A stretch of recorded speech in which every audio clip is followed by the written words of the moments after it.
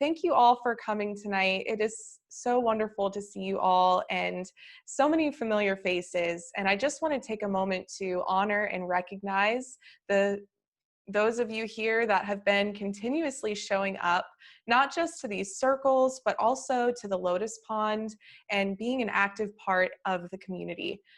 Doing that right work by showing up for yourself, even just for a yoga class. I know this may sound a little cheesy, but we can't do good work in the world if we're not doing good work for ourselves. So I just want to honor and recognize those of you that have been showing up for yourselves, because that's huge, and that is how we are going to change the world together. So I really wanted to just start this circle with just by a show of hands, and you don't have to turn your video on. It can be more of an internal thing if you want to just raise your hand or not. How many people are ready for 2020 to be over? And for those of you watching the recording of this, just know that you're not alone if you raised your hand, because I know personally this has been something that's like a reoccurring topic. I just can't wait for 2020 to be over, or when 2021 gets here, it's going to be better, and I've heard this statement probably since the end of March. So this has been something that has been progressively building. And I think that a lot of us feel right now that it's like, okay, we're almost there. We're almost there. It's like this suspense. And I think that sometimes we have a tendency to put this anticipation towards something like, oh, if we can just get to here, it'll be better. Or if I can just do X, Y, and Z, I'll be a better person, and oh, I'll be happier when ... And so I wanted to take a moment to just talk about that and say that, no matter where we're at or where we're going, there is always room to feel a sense of well-being, a sense of peace, and a sense of happiness. And I think this year has really gone to show that to me. And I think that just the challenges that I've had to face and the things that I've overcome, I feel like, wow, if I can feel grateful in this moment, then I can probably feel grateful anytime. So I would really like to just start out this workshop with sharing my screen. So the full moon of December is considered the cold moon. And essentially, I think we can all figure that one out. It's because it's during the cold months of the year. Even here in Florida, we've experienced a little bit of a cold front in the recent weeks, and it sort of felt like Christmas for once. I mean, for, just the weather-wise. And just for some comical relief, everyone, if you thought that 2020 was just, trash and you're ready to move on, if you feel this way, just know that you're not alone. And I just felt like adding this in because I know that for me, comedy has been such a huge release this year, and being able to find the silver linings and the lightness, and like Anna was saying, not getting so serious about things, it's really important. So I just really wanted to share this for anyone that feels this way right now. So when we talk about 2020, we often hear the words good or bad, right? Everyone has their own label for how they want to describe the year. And I think I've heard a lot more of the word bad than good, but that's not to say there hasn't been anyone that I know that's called it a good year. So I guess what do you find yourself thinking of more when you go through something that maybe wasn't necessarily positive experience in the moment? What labels do you typically use? So when you lose a job or a loved one, what do you find yourself labeling that as? When you have to share your personal space, for example, if you've been working from home and you have kids, or if you are working from home with a partner who's also working from home, or if, during quarantine, or if you're still technically in quarantine, then, you're sharing your personal space with everyone in the house, and that's just all that at that time, right? What labels are you using to describe that experience? when you were forced maybe to cancel trips this year or change plans that maybe you've had for years or a while, things that you anticipated were going to happen. You know, what labels were you using to describe this experience? And perhaps this year you've had to end relationships. Maybe you feel isolated or alone. And what labels are you using to describe those experiences, those feelings? And when you start to realize that things aren't necessarily going your way, which I could say I definitely realized that life does not happen to go my way ever. It's the universe's way, it's not my way. You know, what labels do you use when things aren't working out the way that you planned? And the reason I'm asking you these questions, you can jot them down if you'd like, but as Anna said, really you can let the words wash over you, and on the replay, if you'd like to come back and expand on some of this stuff, you certainly can. But when you think about some labels that come up in your head to describe these experiences, do you have a tendency to label a lot in your life as good or bad?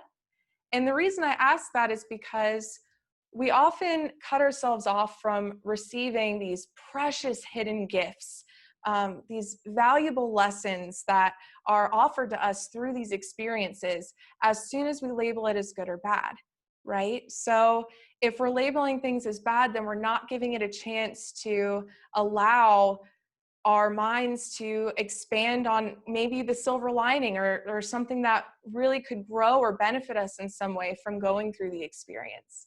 And I really wanted to share this Chinese parable. It's called The Farmer and the Horse. So there's a farmer whose horse ran away. How unlucky, the farmer's brother says.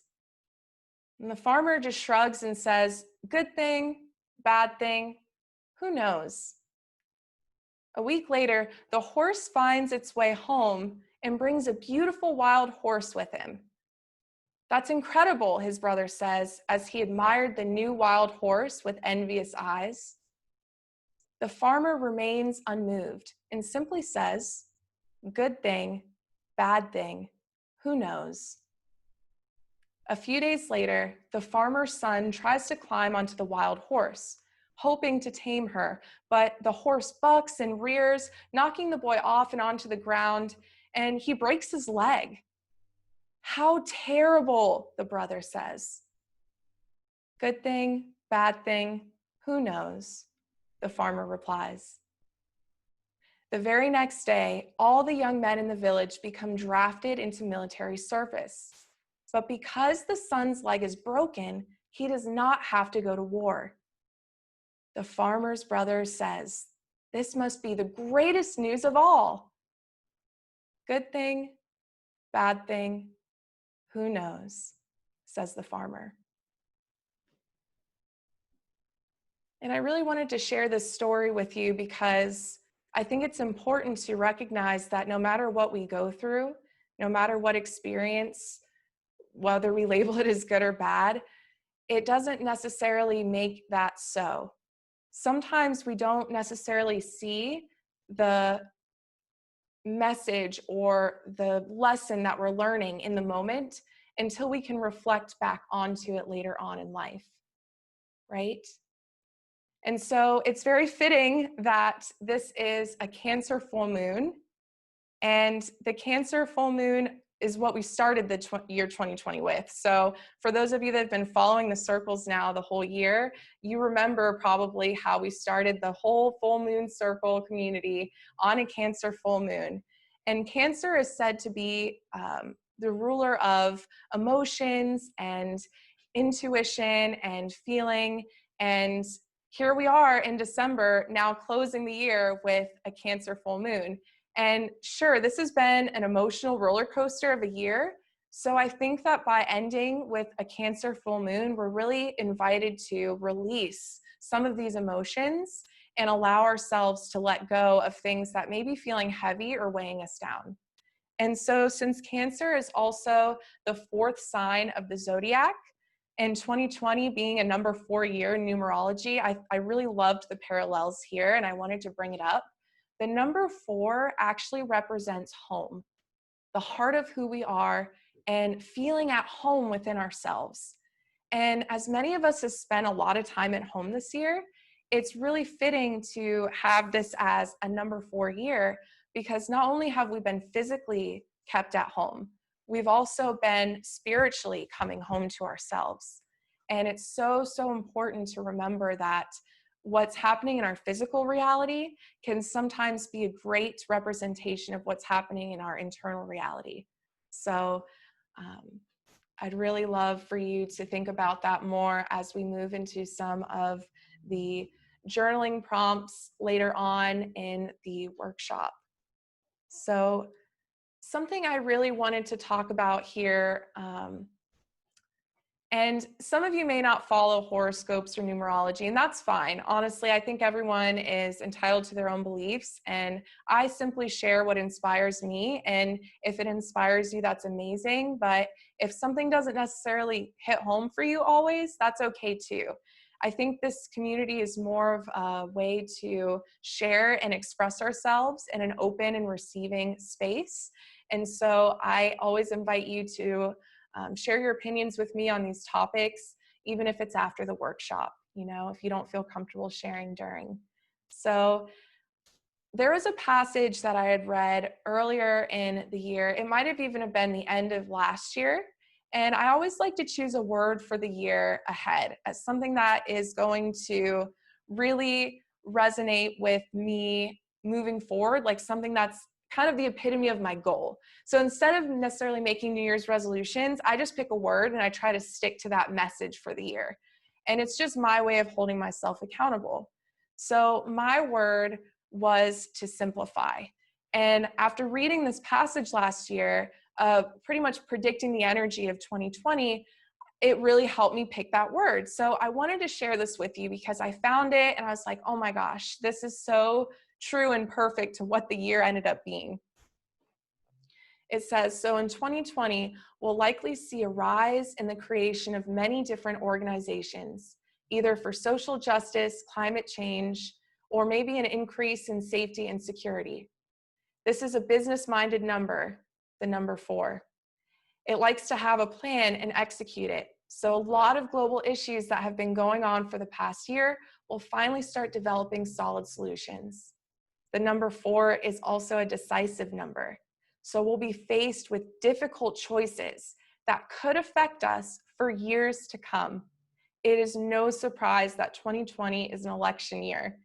And having 4's energy being very serious and disciplined, this will not be the wild high energy year that we had in 2019, a number 3 year, but instead, this is a very steady, consistent flow of energy that may border on just being a bit dull.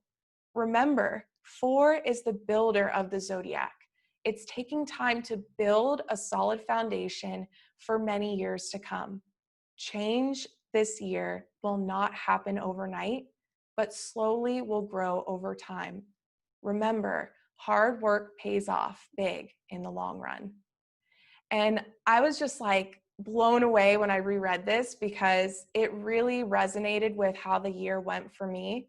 And the word dull, I think, could be a little descriptive of how some people may have felt throughout the year, a little burnt out, a little dull, right? A little less fun maybe than we had in previous years, a little more serious, more global issues that were faced, coming together for social justice and community. I mean, it just really hit the nail on the head for me. So I just had to share that with you guys. Another thing that's happening astrology-wise is that Chiron, aka the wounded healer, is also very active right now in this moon cycle. And this is reminding us to stop trying to fix everything. And so I think that that's been a huge thing for me to learn this year, is to stop trying to make everything better and to just allow things to be as they are and just sit and wait for things to settle, right? Because as you can see in this picture of the water, as soon as the water gets murky, it's brown, you can't see anything through the glass. There's no way to have any sort of clarity when you keep stirring things up and trying to fix everything. But the more you wait, the more that you're still and you see the water and the murkiness begin to settle, you see in the clear glassed picture, everything is at the bottom. So it's still present and it's still there. But look at how much more clarity you have just from pausing and finding stillness. And so this visualization has been super critical for me as I've moved deeper into meditation this year, as I've been a lot more introspective and dove into reflection. And being able to sit in stillness really does provide clarity. And sometimes in our lives, it may be very hard to stop and find that stillness, especially if we're very goal-oriented people, driven, hardworking, right? To stop and pause and just be, it sounds crazy. And that's kind of what this year asked us to do. And a lot of us were resisting it. And a lot of us were fighting in every way to keep moving around and going out in public and seeing our friends and being active and go and continuing to strive and reach, when, you know, the energy of this year was to just simplify, to find what's important, and to remember that it's okay to be still, right? It's okay to be still. So something else that I love that I wanted to share is a quote by Ray Dalio. And Anna actually just shared with me before we started this workshop. I didn't know this story, so I'm not even going to take credit for it. But this man is a businessman, and he lost everything during the recession. He had experienced so much pain. I think he lost millions of dollars in his business, and it was just so hard to try to recover from that. But he came up with this equation during that painful time of his life. And he says, pain plus reflection equals progress. And so if you were to take the word reflection out of this equation, now you just have pain. Because if you're not adding anything, it's not equaling anything. It's just pain equals pain. So what we can do with a year that may have been filled with pain, maybe we've lost a job or a loved one, friendships, maybe we've lost opportunities or had to cancel a trip or something, right? Like something that we feel painful about. We've all experienced pain this year. And so what we can do with that pain is reflect on it. And that creates progress. So all of this journaling, this meditation, the yoga, the community, all of this helps. This is a form of reflection. And by continuously coming back and showing up for yourself, this is how you reach progress. And I also love the saying, progress, not perfection. And that is a huge mantra for me because it's really easy to get stuck in a cycle of wanting more and wanting to be better. And you know, progress is progress, and you have to celebrate that. So even if you look back on this year and you just see little baby steps of progress, I want you to celebrate those baby steps. I want you to celebrate the little wins, because those little wins will add up over time to create this huge transformation for you. And you have to celebrate your progress in order to keep moving forward. So I had to share another funny photo because I couldn't help myself. For those of you that have been keeping up with the times this year, we all have somewhat of an idea that the toilet paper will go in and out of stock at random times, and that's kind of how we know when people are panicking. If you're one of those people that bought a lot of toilet paper, I'm not making fun of you, and I apologize. But I will also say that I love all of the toilet paper memes out there. So for anyone that hasn't yet explored those and the GIFs, you will really find yourself laughing hard. So all comedy aside, I wanted you to take a moment here, and we won't have a whole lot of time, so you may just think these through instead of writing them down this round, to just think of 20 lessons that you've learned in 2020. And obviously, you know, you don't have to think of all 20 right now. You could just think of a couple. But later on this evening or throughout the next several days, if you can just keep returning back to this reflection, you know, 20 different things that you've learned this year. And this is a super personal question. So your answers and your lessons may look completely different than mine or someone else here in this workshop. So I don't want you to think that, you know, you have to have your lessons look or feel a certain way. They don't have to be profound lessons. They can be very simple and to the point and just very true to you. And, it's just a way to figure out how you've grown this year, what's changed in your life and what you have overcome, what you could still let go of if you haven't let go of anything, or what you already have let go of. These are lessons that it's so important, it's so critical to take the time to reflect on them, because in order to actually put lessons into effect, you first need to bring awareness to them. Just like with anything, if you ever want to make a change, the first step is bringing your awareness to what needs to be changed, and then slowly putting energy into making that change happen.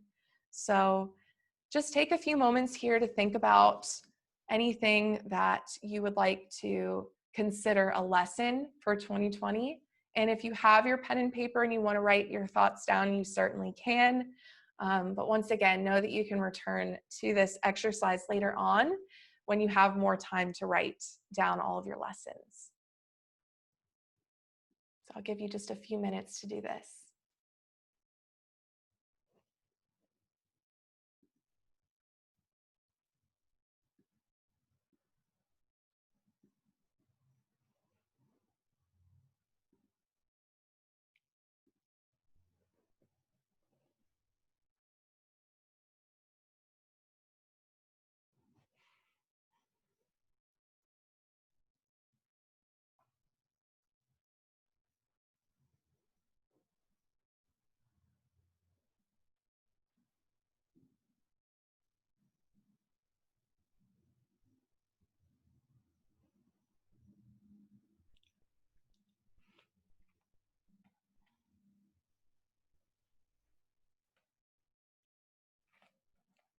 And taking another minute or so to finish up any final thoughts.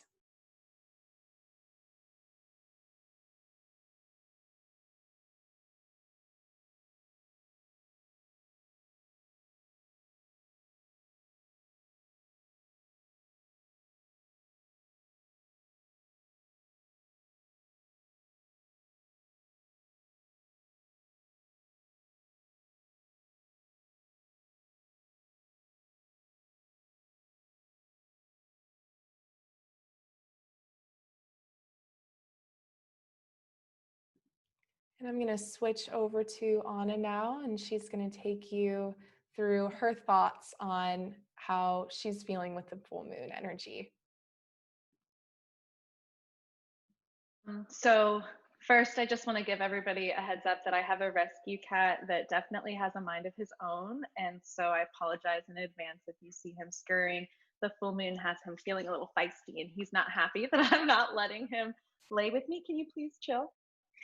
So, in the last full moon circle, we discussed a lot about the labels that people put on us and about how people are mirrors in our lives. But I think sometimes what we forget is that when we think of people as mirrors, we think of people as showing aspects of ourselves that we don't like. But people are also a way that we look to learn things about ourselves. So for example, we learn from our parents, oh, when I am happy and I express joy and I smile, I get attention. That's one of the ways that we learn and we start to create reality from the people around us. And as I've been doing a lot of reading about projection and labels, one of my favorite quotes that I read is that projection is taking the mud we feel that is on ourselves that we judge,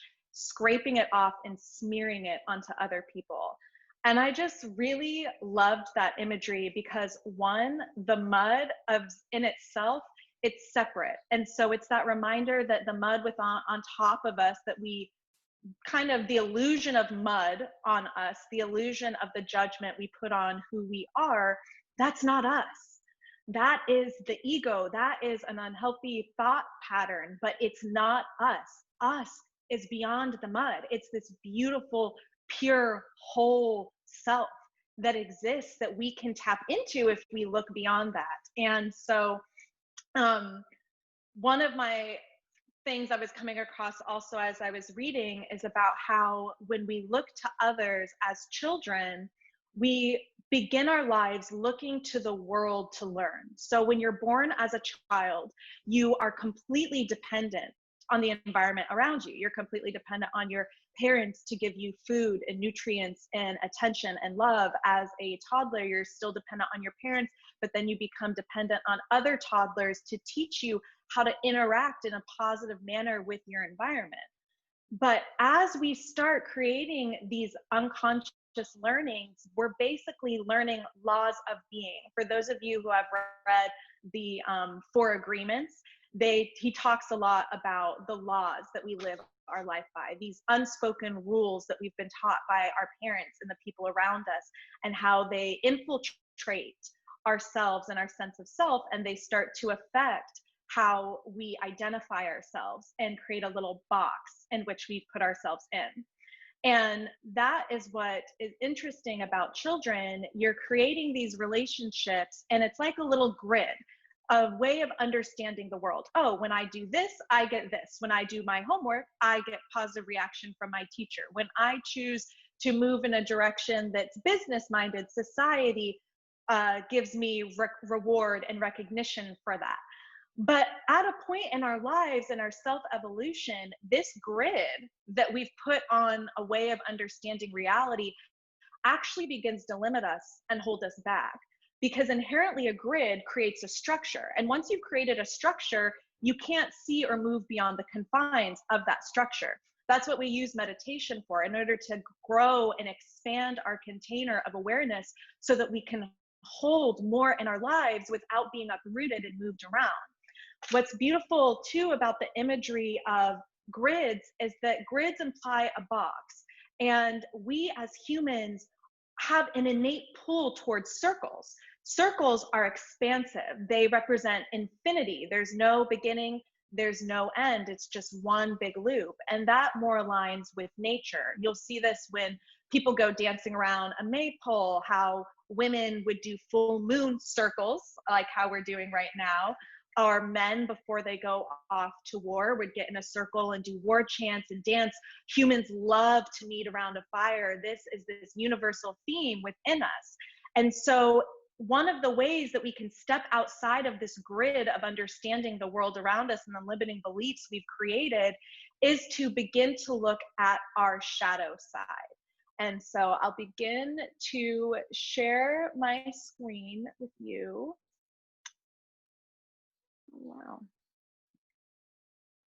What happens when we are unconsciously creating reality? So this little picture is kind of an example of what happens in our life. Someone is speaking to this woman that she is stupid, and her brain is going to look for examples unconsciously, because that's what a brain does. The ego, it's trying to make sense of the situation. This person is telling me I'm stupid. I must be stupid. Let me find some proof to that statement. And then, of course, we're humans. What do? We create. That is what being a human is. And we create and find this agreement to what this person said, and it becomes a law or a way we view ourselves. And what's difficult is that as we create these unconscious ties, we've created them unconsciously, and we aren't even aware of how they could be dictating or affecting our course throughout life and how we interact with the world around us. So a quick view of what separates us is that humans have the ability to actually change and impact the environment around us. We get this ability mainly from communicating with each other and creating together, which we get from language. So humans are one of very few mammals that can actually create and learn new sounds. So an example of this is a cat. A cat can meow for multiple different things. For those of you who have a cat, you can tell the I'm hungry, I'm angry, don't touch me, give me attention, but they can't bark. Humans, on the other hand, can not only say hello in multiple different tones to imply different meanings, We can also say it in different languages. And this allows us to move beyond the barrier of our small environment, of our small tribe of people, and make connections so we can create past the reality we've lived within. Part of creating this reality is understanding that humans, you are constantly changing. Every millionth of a second, a part of you, a cell, is going away and being recreated. And so what we're constantly doing is taking a picture of the past and a prediction of the future of someone and putting it into one space and calling it now. What's important to remember is that this is projection. This is not actually reality. And what happens in this quote is once we've accepted the story, we can't step outside the story's fate.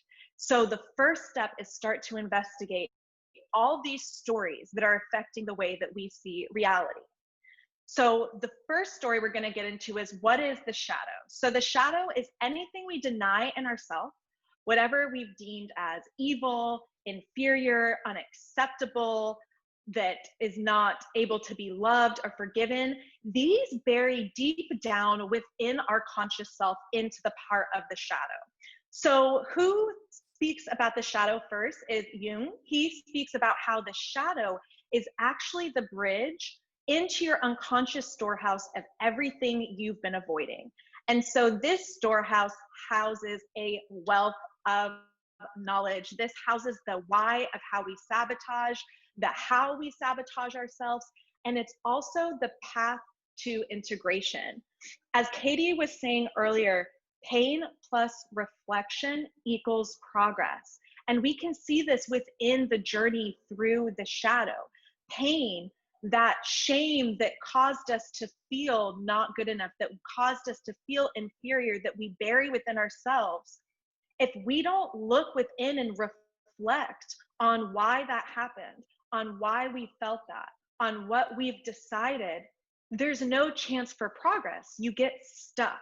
The obstacle is the path. So your shadow, which is the obstacle of how to step out of the limiting belief systems that stem from your shadow, is actually the path to your potential. So you see this mythology of the shadow throughout all of our stories, throughout classic literature. You see it in ancient mythology, that often the hero has to travel into the shadow to learn something, to gain knowledge in order to achieve what he set out to achieve. So you can think about this through going into the lair of the beast, or if you've ever heard of the story of the dark night of the soul. Throughout all cultures, this is a universal theme where in order to find the light again, you have to go through a period of darkness. And we shroud our shadow in darkness. It's the part of us that we don't want to look at. And we also, this can show up in projecting onto our partners. Our partners tend to bear the burden of our shadow. So Katie was speaking earlier about labels, and labels that we put on ourselves and others come from laws that we've created. So if you have your journal, I'd like you to think about shame. And if you can, think back to the first time that you remember feeling shame. Shame is that sense of embarrassment deep down in your belly, that sense where you want to isolate and you don't want anyone to look at you, that fear of being exposed. Because shame is where the shadow is created. The shadow was built in all these moments throughout life when, as a child, you opened yourself up and you were vulnerable, and someone wasn't able to hold space for you in the way that you needed. And looking into pieces of your shadow can help you find a lot of compassion and forgiveness for those around you, because you understand, oh, this little hurt self that I've been operating from, that came from someone else's hurt self. And just as humans have this incredible ability to create and communicate with each other, when we don't check that power, when we don't take responsibility and accountability for how much we can affect those around us, we can cause, instead of ripples of love and acceptance and co creation, we can allow our shadow to spread. And in these moments where you felt shame, where you felt neglected, where you felt abandoned, that's where limiting belief is formed. Because we as humans want to protect ourselves. Stress is the fear of lack of control.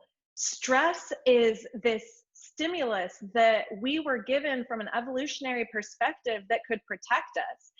You know, hundreds of years ago, when winter is coming, stress is good. It gets you to go out in that 32-degree weather and start hunting for your food.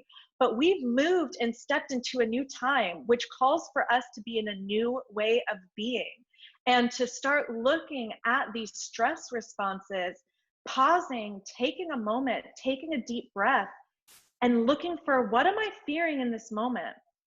What am I trying to escape? Because of the fear, the limiting belief prevents us from putting ourselves in a position to get hurt again. So for example, let's say that you had a musical instrument you started to play, and you were the first person in your family to play a musical instrument, and you're so excited and you go in front of everybody and you're playing your song and it feels so good, but then you see the faces around you and they're laughing and you feel so embarrassed, and in that moment, that love for music, it's closed off and you don't want to put yourself out there again. And so for the rest of your life, whenever you have a moment to step into the spotlight, to try something new, to share something you love, there may be this twinge of, oh no, I don't want to do that. But the unfortunate thing that happens is that when we allow that limiting belief to express itself in us, to prevent us from being an authentic self, the people around us, they feel that.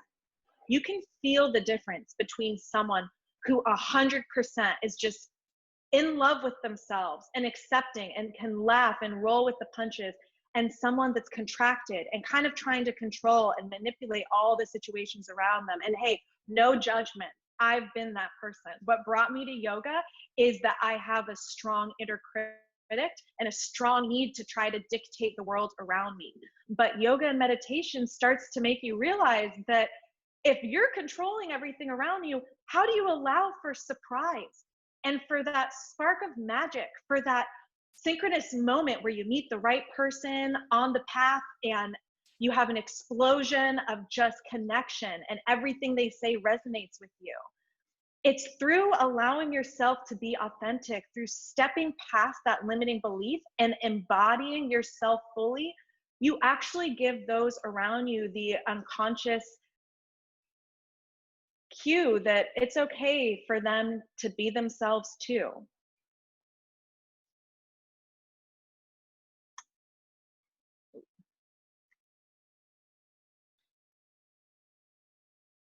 So, where the shadow lies is also where we tend to hide our power. If you think about Superman, he constantly was trying to hide the truth of who he really was in fear of what people knowing that would be. And so we are going to do a little moment where we reclaim your power. So I'd like you to close your eyes, put your hands on your knees, take a deep breath in, roll your shoulders up towards your ears, exhale, draw them down your back. And just pause for a moment.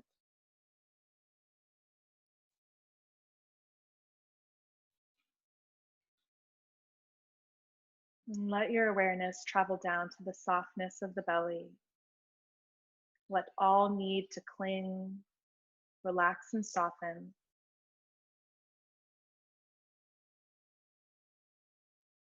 And thinking about the word power. stepping into your power, where do you feel most powerful in your life? Where do you feel you make the most impact? What makes your heart fill with light, your eyes fill with joy, that feeling where you feel so big that you can't even remember what it meant to feel sadness? You feel so connected. Everything around you makes sense. Everything in your life, every moment, every interaction is given clarity. And then either allow yourself to sit in that feeling, or in your journal, begin to write down where it is in life or why. What brings you to that state of power? Is it a song? Is it being under the sun? Is it connecting to a loved one, meeting with a friend over tea and having a dynamic conversation, leading a youth group, volunteering in the community, practicing yoga? What makes you feel powerful?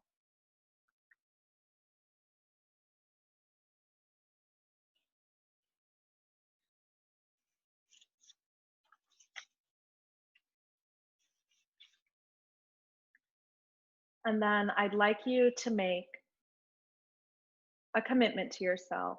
And it's up to you what your commitment will be. But what is one way moving into 2021 that you can make sure that you feel this power at least once a month or even once a week? What is something you can do that will actively bring this feeling and state of being into your experience more often? Because that's what you deserve. You deserve to feel the strength of who you really are and the absolute power of being in sync and in love with yourself, and not your little s self, but your big S self.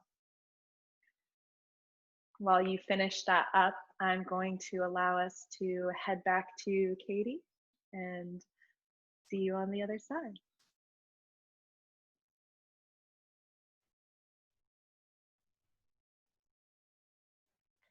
I'll give you just a few minutes to finish that up, wrap up your thoughts.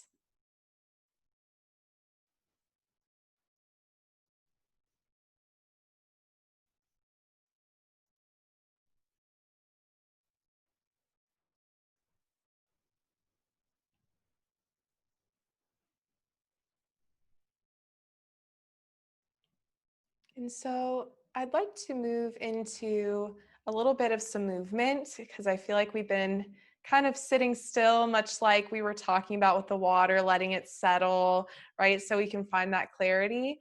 And it's also important to allow some movement in the body so that we don't feel this stagnant energy, especially because right now, with the full moon's energy being so much in tune with emotions and releasing, it's such a good time to physically feel that motion and that energy, that churning in the body, so that you can then really start to let go and really start to release when you're talking about some of these different ideas or labels, or things that maybe you're holding on to from the year that are still feeling heavy. So you can be exactly where you're at. If you're in a chair or if you're on the ground, you can get on your yoga mat if you'd like, but it's not required because we're just going to do some really light seated stretches. So I'd like for you to take a moment, just check in, take a deep breath in through the nose, and an exhale through the mouth. Just notice how your body feels in this moment. You can close the eyes or keep a soft gaze. Taking a moment here to notice tension in the body, to notice tightness, restriction. And right away, see if you can breathe into those spaces. Imagine a full, deep breath flows effortlessly to those places. Allowing this place to soften, even if it's just for a moment. And bringing your awareness on releasing tension in the body.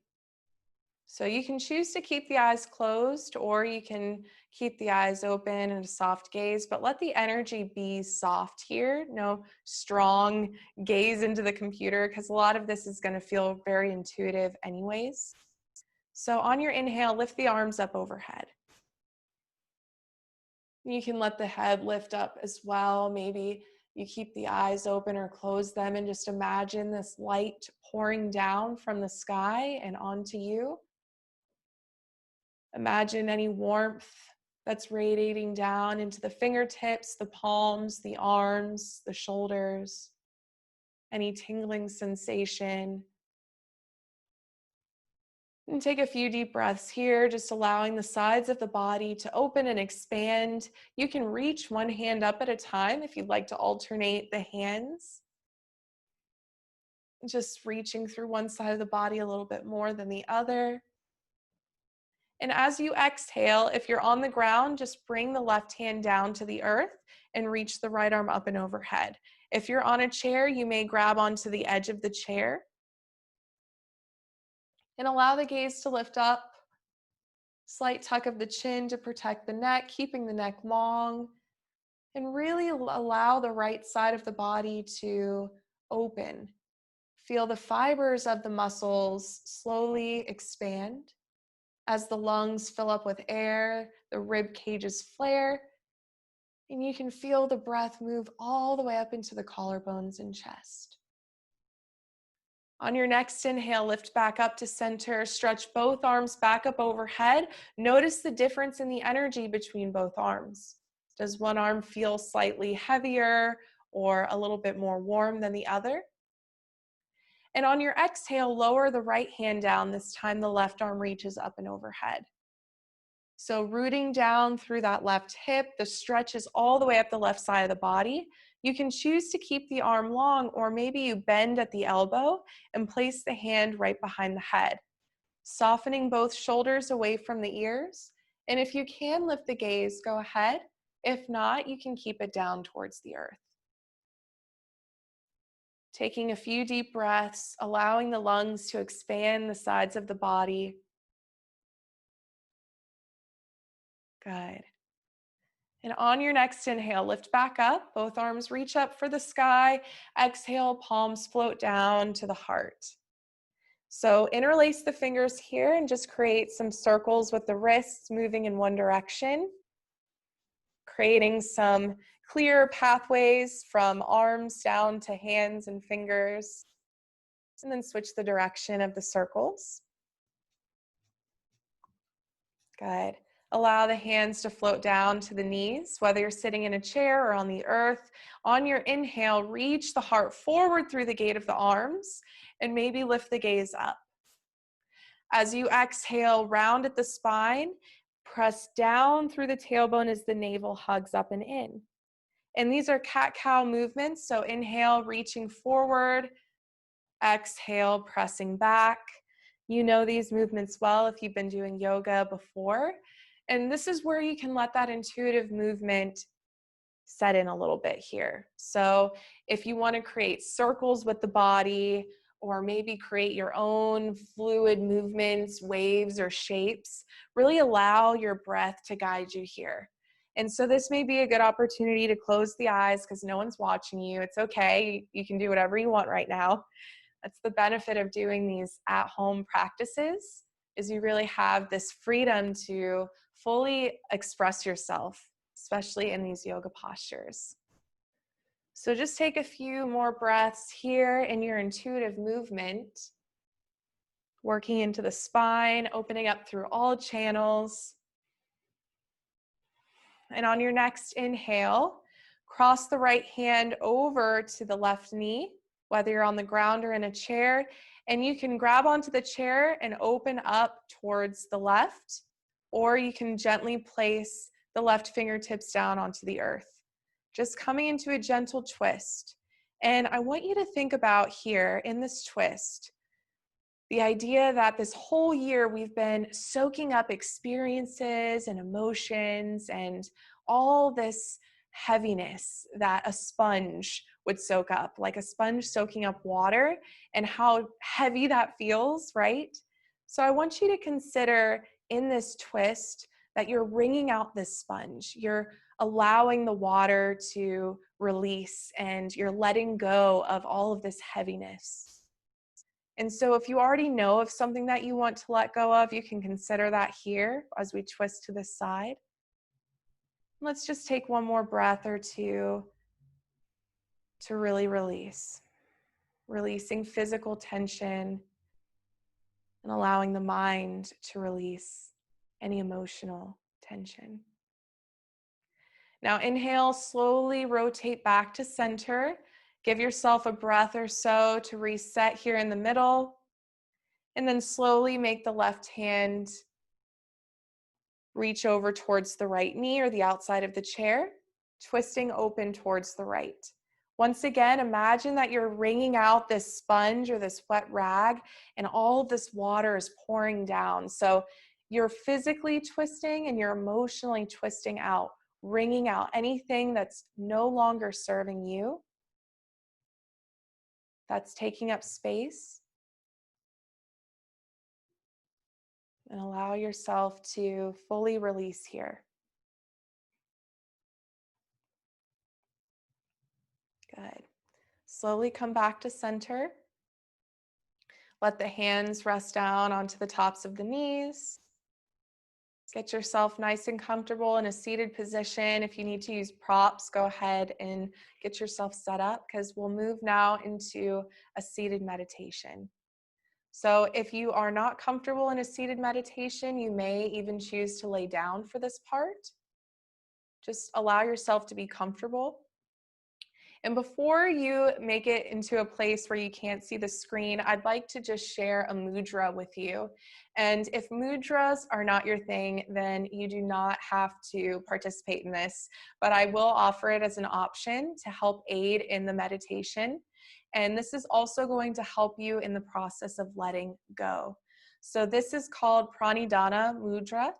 And it is done by connecting the middle fingers with the thumb and then connecting the outer fingers, so the pinky and the index finger, and then pointing it down. So as you can see here, you don't have to hold it up this high, but I just wanted you to see. And you will essentially, I'll move this so you can see. You will be holding it just right above the navel area or right in front of the pelvis. If you're laying down, just rest it wherever it feels comfortable for you.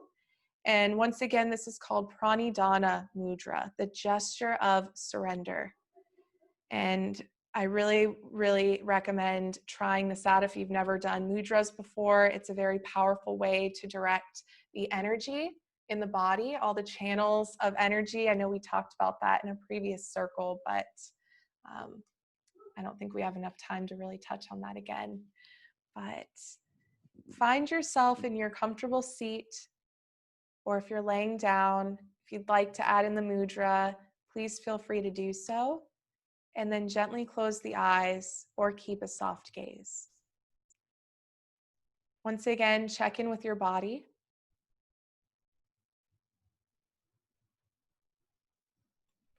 Notice any tension, any tightness.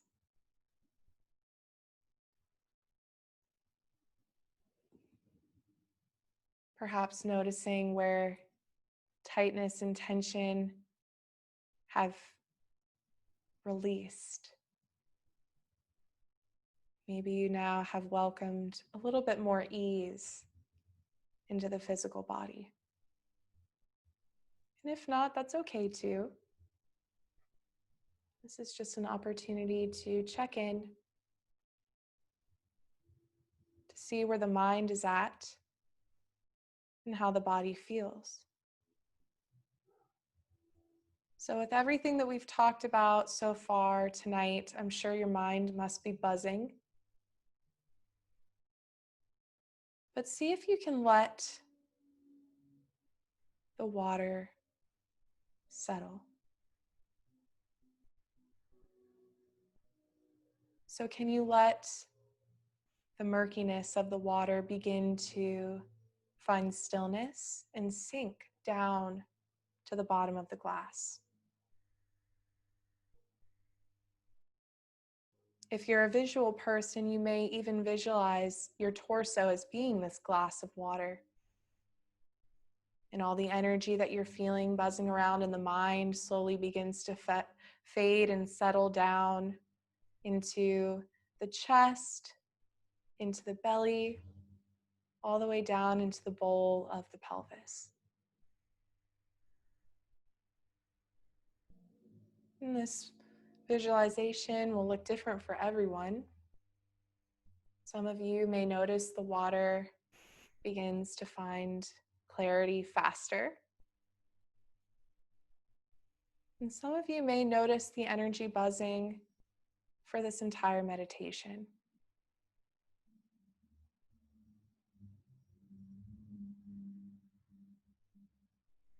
And just know that there's no wrong way and there's no right way. There's no good and there's no bad.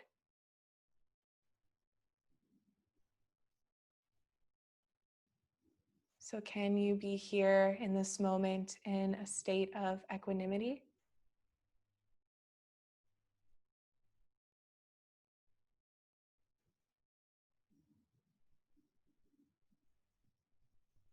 Noticing both sides of the spectrum, the busyness and the stillness, the shadow and the light, the sun and the moon, the yin and the yang. We're constantly faced with these dualities, these opposites. Yet in stillness, here we find clarity. Finding that center point, that balance right in the middle, sometimes just means to become still and to let things settle.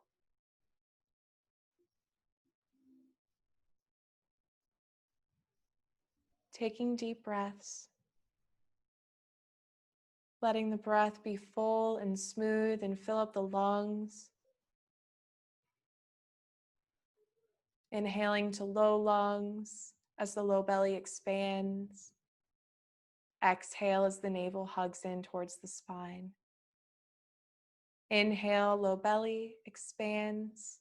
Ribs flare as the breath moves into the middle of the lungs. Exhale completely. Ribs hug in, navel presses back. Inhale into low lungs, middle lungs, breath moving to upper lungs and chest. Exhale as the chest melts down, the ribs hug in, the navel presses back.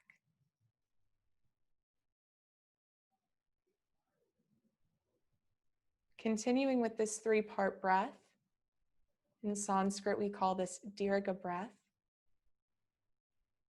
And just allow yourself to feel the fullness of this moment, the fullness of your inhale. Embracing this stillness.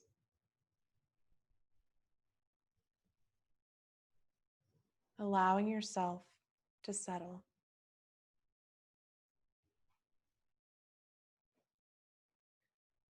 So there's a beautiful mantra that I like to use every single day. And I really would like to share that with you. I think I've done this before a few months ago, but I would really like to revisit it again. It's called the Serenity Prayer. And staying here in this meditative state with the eyes closed and taking deep breaths, I want you to let these words wash over you. And if you feel called to repeat them aloud, you can, but just know that hearing them and feeling them can sometimes be just enough. So the Serenity Prayer starts like this. please grant me the serenity to accept the things I cannot change, the courage to change the things I can, and the wisdom to know the difference. I will accept the things I cannot change. I will have the courage to change the things I can. I will have the wisdom to know the difference. I will accept the things I cannot change. Have courage to change the things I can, and develop the wisdom to know the difference.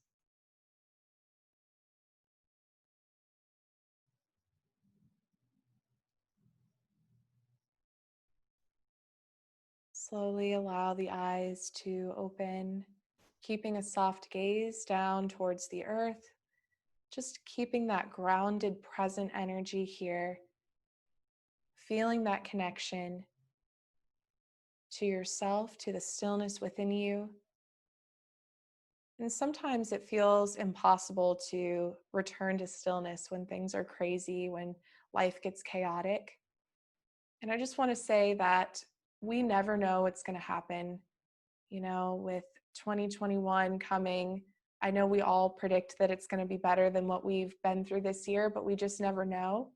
So it's so important to find this steady sense of ease, to be able to sit in stillness and let things settle so that we can make proper decisions moving forward that serve us, that serve the people that we love, our community, and people that we don't even know, right? Because as I mentioned in the beginning of this workshop, how I wanted to honor and recognize those of you that have been showing up for yourself, that is how we really make a difference, is continuously doing the work, continuously showing up to meditate, to do yoga, to journal, to reflect, to do the next right thing, right? And this looks completely different for each person, but a lot of us have these parallels that we can come back to and use as tools to help us in the process of reflection and moving through the pain so that we can make progress, not just in our own lives,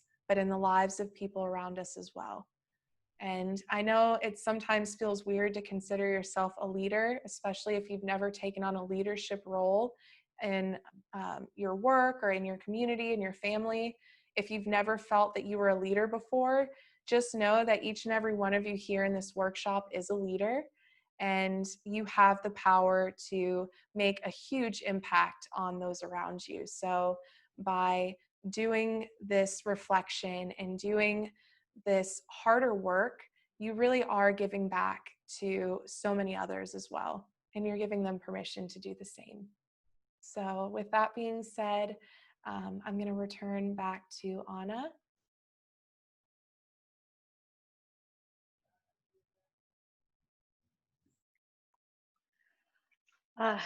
Thank you, Katie. That's what I love about meditation, because it wasn't until I brought my hands together in the mudra, I could feel my hands vibrating a bit and realized how much energy I did have. And even as someone who has a pretty strong meditation practice, those little 1 minute check-ins, they're really life-changing. I don't know how everyone's feeling in this moment, but I definitely feel like I took my first deep breath of the day.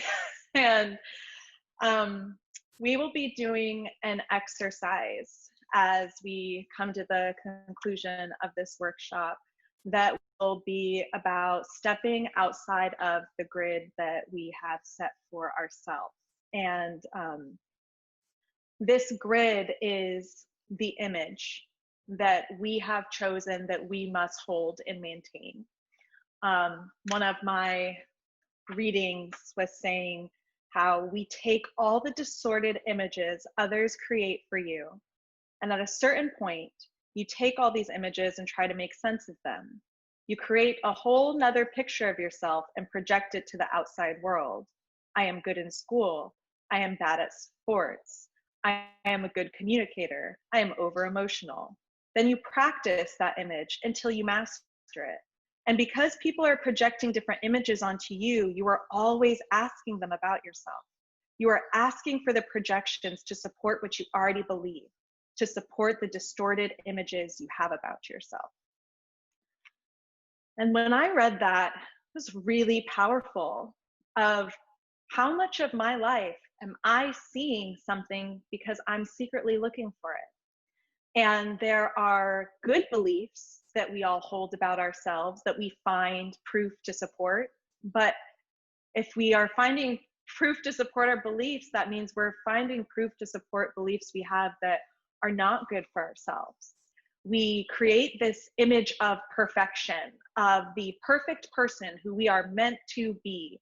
And then we hold ourselves against that picture of perfection. And as the fact that we are human beings and there's no such thing as perfect, we always fall short. And then again starts this cycle of shame, and our shadow gets even bigger.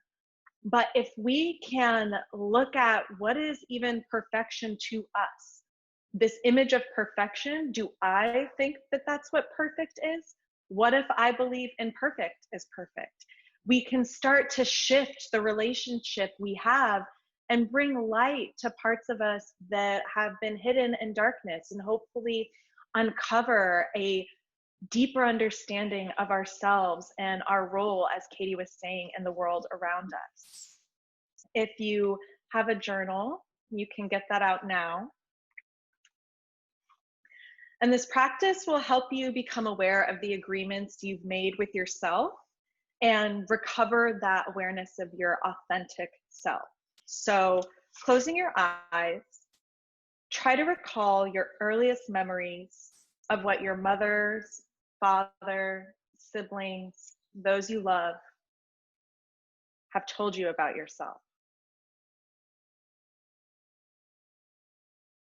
Or what other people outside of your family have projected onto you. Friends, teachers, were you a good student? Were you someone where people valued what you had to say? Were you often interrupted or spoken over or told that you were wrong? Ask the following questions. Pay attention to your emotional response. The emotions are our clues to areas where we need to integrate and find wholeness again. When a child, I was told that I was. Provide what comes up first. When a child, I was told that I was.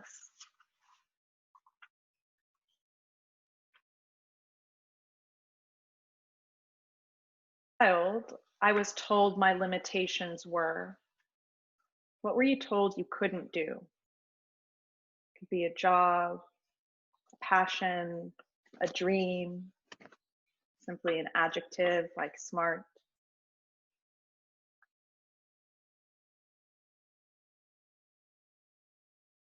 Did you get the ideal image of what it meant to be a girl or boy?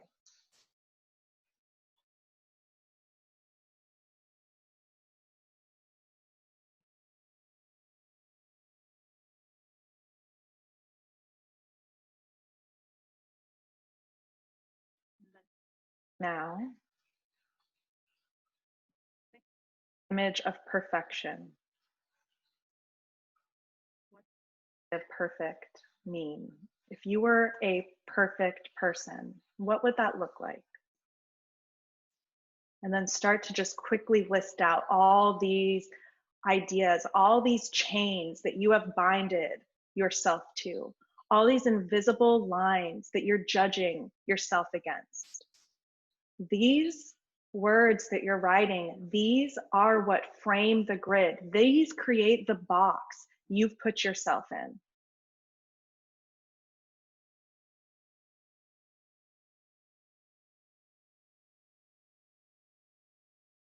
What to change about yourself to live up to this image?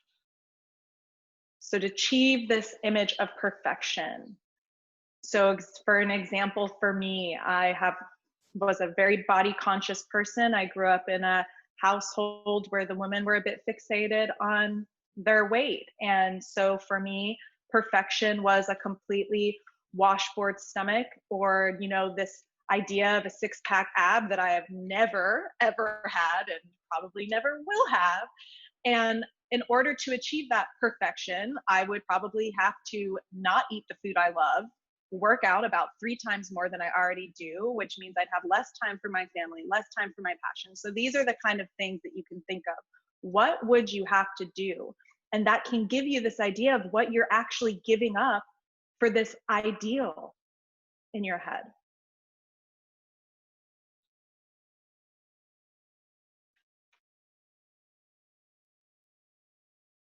About finding and seeing these laws that we've unconsciously been living our lives by and the ways we've been judging ourselves, we can begin to look at our closest relationships and see that if we're holding ourselves to these laws and these ideals of perfection, we're most likely holding the people we love the most also to this image of perfection. And I think it's important when we heal ourselves and we look at areas where we have pain or where someone didn't hold space for us, we also acknowledge our part in this fabric of miscommunication and realize maybe a way that you are causing this in someone else. So either thinking about your partner, a friend, a parent, what is a way you are holding someone up to your laws of an ideal and of perfection,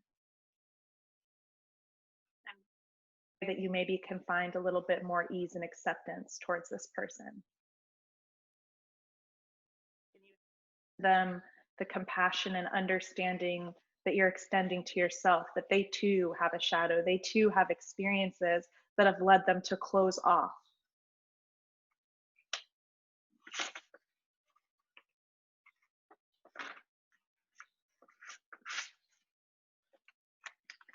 The last question will be, what is the mask I wear around others? So what is something that you put on when you're around other people? Do you ramp up your energy? Do you always have to be funny? Are you someone that never talks about the bad? Are you someone that only talks about the bad? No judgments on either side. Just what is the social mask that you're putting on when you step outside to be loved?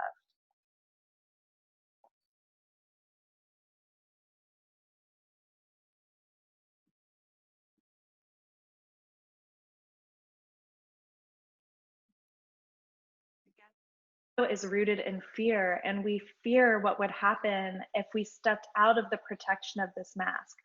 What would happen if you broke this unspoken agreement that you're always the funny friend and spoke about something serious? What would happen if you, for once, as the friend that constantly is listening and holding space for others, said on a day that you were full of joy, but a friend was having a hard experience, hey, today I'm so sorry, but I don't have space. Thinking of you. I love you, and I will get back to you. But right now, I need to take care of me. And if you're feeling uncomfortable with that statement, think about that for a second. Think about the fact that it's uncomfortable to say what you need. That really should open your eyes to, again, these little laws you're living your life by, these ways that you're holding yourself back. Every day we wake up with a certain amount of energy, and this energy differs depending on what we eat, how much sleep we have, and we can try to control these things. But when we have this amount of energy, it's up to us where we want to spend it, where we want to invest it. And everything in life is an energetic exchange. And so thinking about these energetic exchanges you're making with people, you can save a lot of energy if you're not worried about the energy of being fake. And you can just be authentic. Think of how empowering it feels not to worry about what others think about you. So this side of the paper is representing the grid, the boxes that hold us within a reality we're trying to move beyond, that hold us into an old way of being, the thoughts that have been programmed into us by society, by our parents, by our friends. And so if you flip over the paper, list 4 new agreements you can make with yourself to honor who you really are, to honor being more authentic. So this can be something specific, like when I feel not comfortable with the situation, I will say I'm not comfortable with this situation and allow myself to step away without worrying about the reactions for others. This can be maybe you have a new passion, and so you're making an agreement that starting next year you'll dedicate one day to that passion, or you'll make a friend with the same passion, or find a teacher.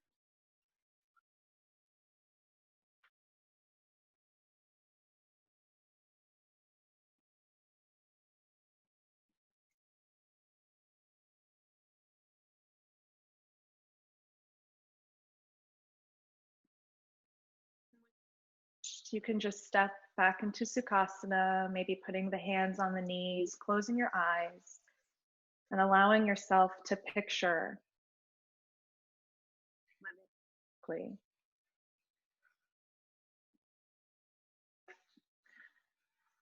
that's designed around passion, around joy, not around cultivating an image, but just living and being yourself and allowing others to take from that what works for them.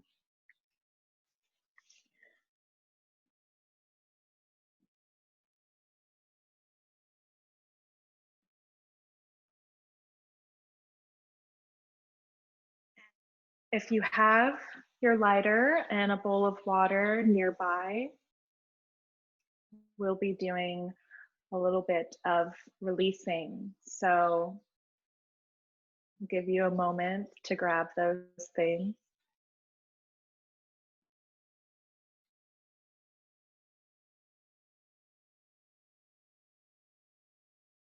Journey is completed when he goes through his dark night, or she goes through her dark night of the soul, and allows the knowledge, the wisdom from within to bring light, to bring a solution to the obstacles on the path. When we begin our journeys as souls, as humans, and we enter into this world, we look to others for wisdom. We look to others for guidance. But part of becoming a full integrated person is realizing that all that you need, all the guidance, all the wisdom, it already exists within. And learning to look past the beliefs of others to what you believe and living from there. So together we'll bring light to some of our own shadows and just tear a piece off the paper, a small piece.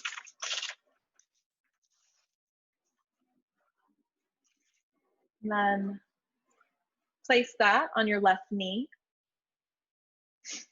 And taking your cup of water, whatever it is that you're going to be putting the burning paper safely out in so you don't burn yourself, in front of you, closing your eyes.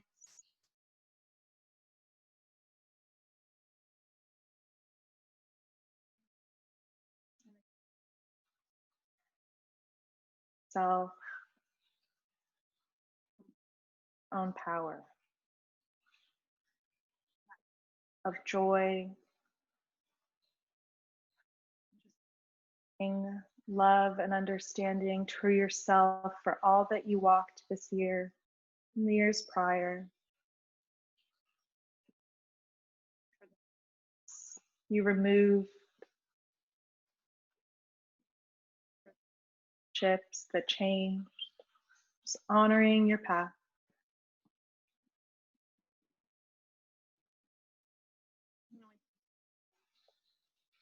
Taking the torn piece of paper and bringing light to your shadow, just lighting a corner.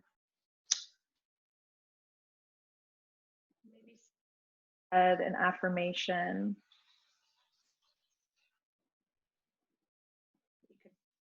You want of your dreams. You can move beyond the confines of what you've been taught by others. And when you're ready, allow the paper to fall in the water, representing healing.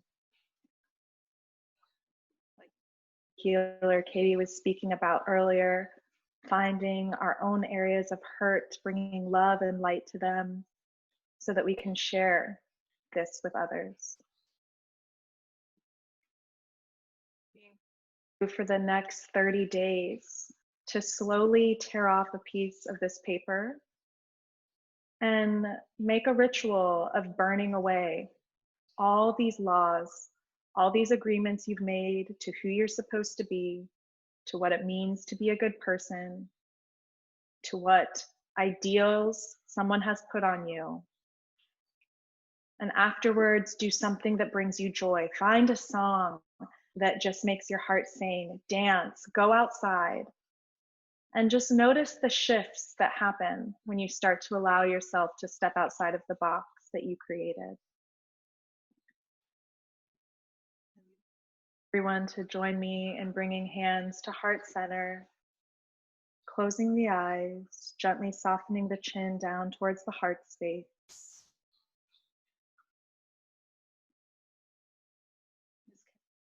The thumbs against the heart, representing the connection that exists between us all.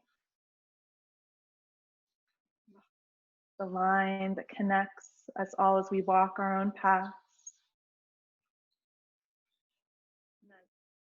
Learn. Feeling free to just listen or join in the sound of Om. First, inhale deeply. Exhale with a sigh. Inhale for Om.